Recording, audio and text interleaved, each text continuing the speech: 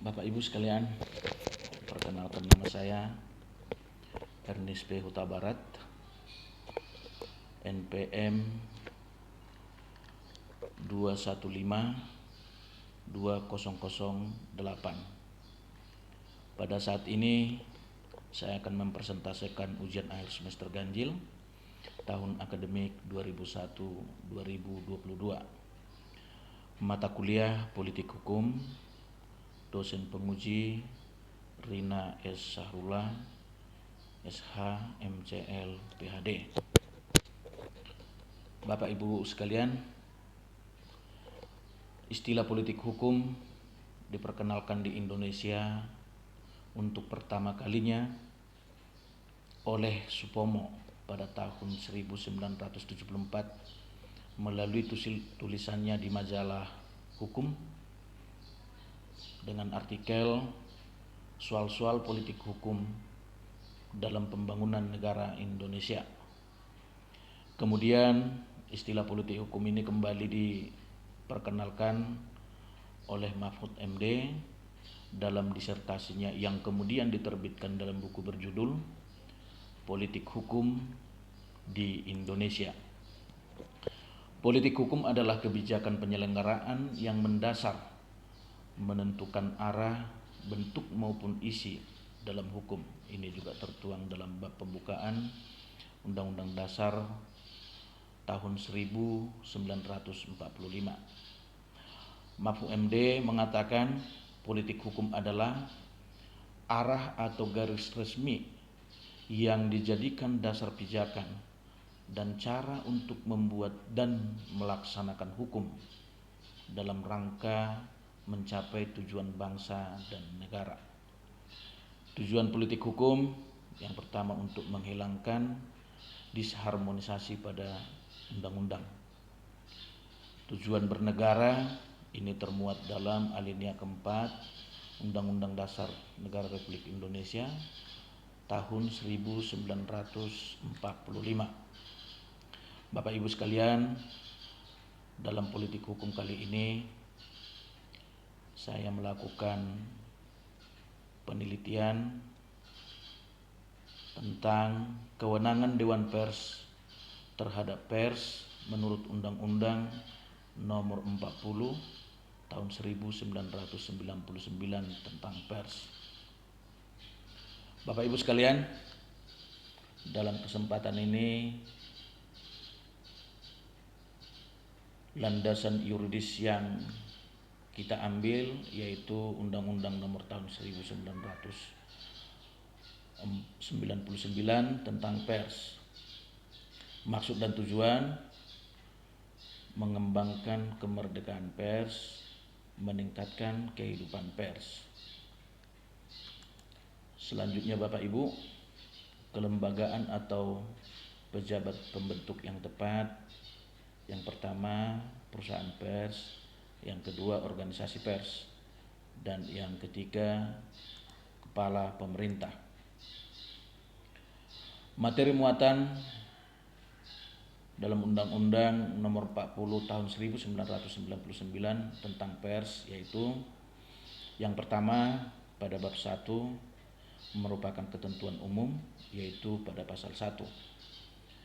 Pada bab 2 memuat azas, fungsi, hak, kewajiban, dan peranan pers yaitu pada pasal 2 sampai pasal 6.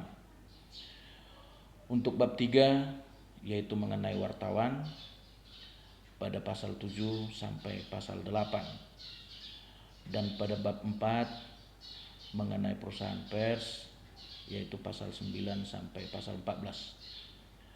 Dan pada bab kelima yaitu tentang Dewan Pers yaitu pada pasal 15. Pada bab 6 yaitu peranan serta masyarakat yaitu pada pasal 17.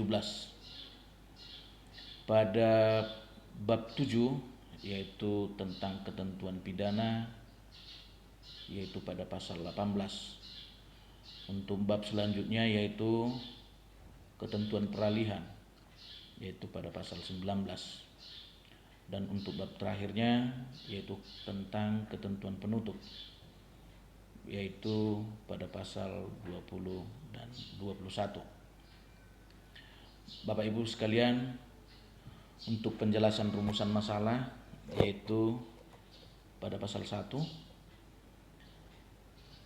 ayat 1, pers adalah lembaga sosial dan wahana komunikasi massa yang melaksanakan kegiatan jurnalistik meliputi mencari, memperoleh, memiliki, menyimpan, mengelola, dan menyampaikan informasi baik dalam bentuk tulisan, suara dan gambar, serta data dan grafik maupun dalam bentuk lainnya dengan menggunakan media cetak, media elektronik, dan segala jenis saluran yang tersedia.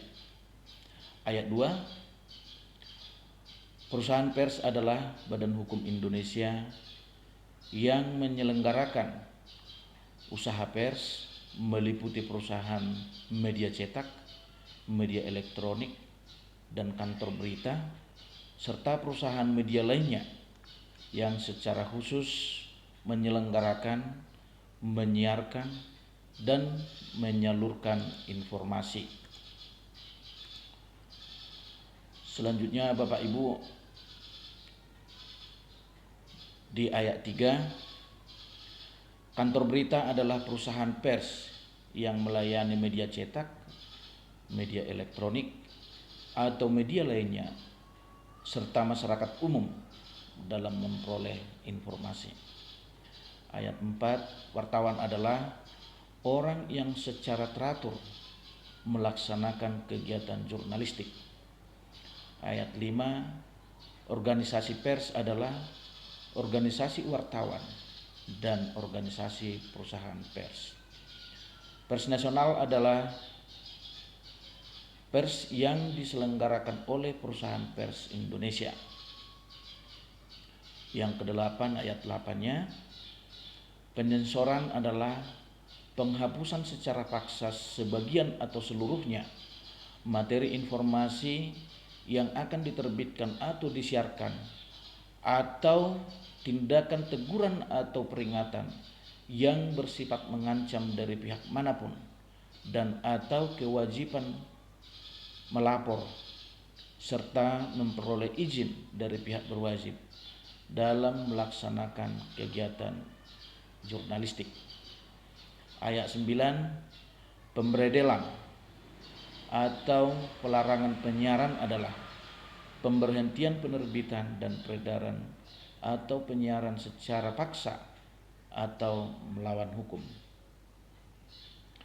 Ayat 10, hak tolak adalah hak wartawan karena profesinya untuk menolak mengungkap nama atau identitas lainnya dari sumber berita yang harus dirahasiakannya.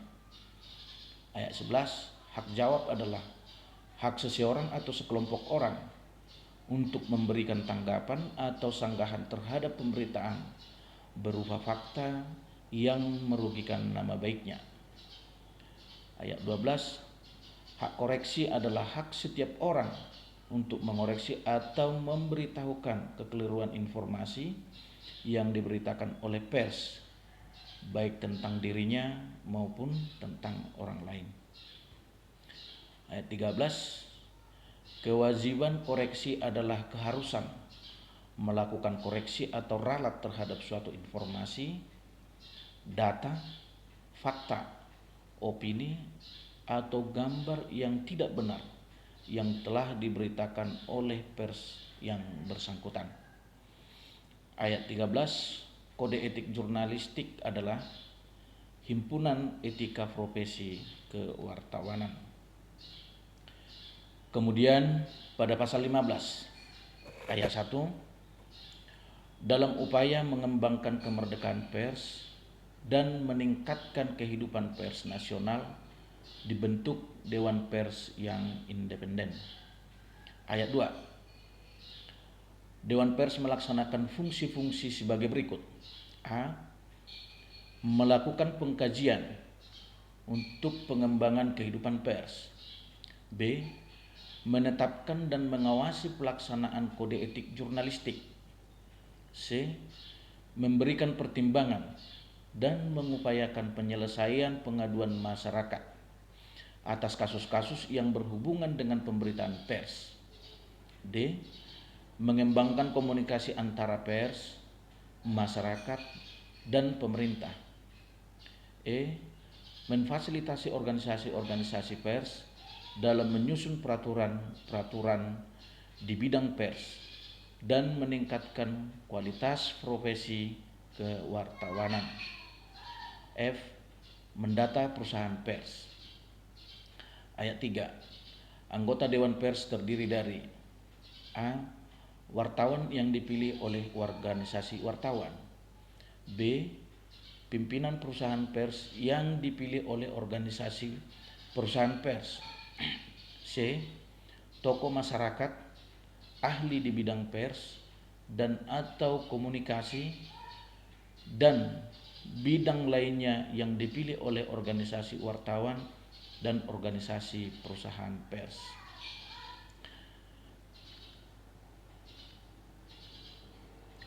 Kemudian di ayat 4, ketua dan wakil ketua Dewan Pers dipilih dari dan oleh anggota. Ayat 5, keanggotaan Dewan Pers sebagaimana dimaksud dalam ayat 3, pasal ini ditetapkan dengan keputusan Presiden. 6, keanggotaan Dewan Pers berlaku untuk masa 3 tahun dan sesudah itu hanya dapat dipilih kembali untuk periode berikutnya. Ayat 7, sumber pembiayaan Dewan Pers berasal dari organisasi pers, perusahaan pers, bantuan dari negara, dan bantuan lainnya yang tidak mengikat. Untuk selanjutnya Bapak Ibu, untuk penjelasan pada pasal-pasal, yaitu di pasal 1 dalam penjelasan dikatakan cukup jelas. Untuk pasal 15 ayat 1 dalam penjelasan disebut tujuan dibentuknya Dewan Pers adalah untuk mengembangkan kemerdekaan pers dan meningkatkan kualitas serta kuantitas pers nasional. Sedangkan untuk ayat 2 sampai ayat 7 pada pasal 15 ini dinyatakan cukup jelas. Demikian Bapak Ibu yang bisa saya sampaikan untuk persentase tentang kewenangan Dewan Pers terhadap pers menurut Undang-Undang Nomor 40 Tahun 1999 tentang pers. Terima kasih.